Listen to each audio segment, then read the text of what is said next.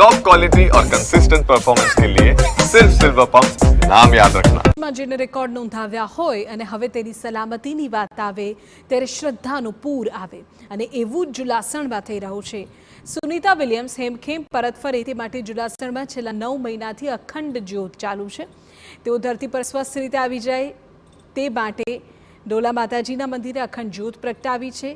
9 મહિના પહેલા સુનિતા વિલિયમ્સ પરત આવી રહ્યા છે ત્યારે જ્યોત મંદિરથી હવે હાઈસ્કૂલ લેવાશે અને માતાજીના મંદિરથી હાઈસ્કૂલમાં અખંડ જ્યોત લેવા દરમિયાન ભવ્ય શોભાયાત્રા પણ કાઢવામાં આવશે।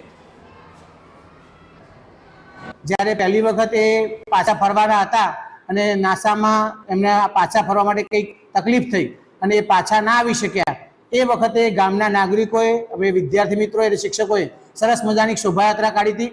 એક અખંડ ધૂન અને અખંડ જ્યોતથી આ શોભાયાત્રા અમે શરૂ કરી હતી અને એ અખંડ જ્યોત આજ દિન સુધી એ દોલા માતાના મંદિરમાં જલી રહી છે।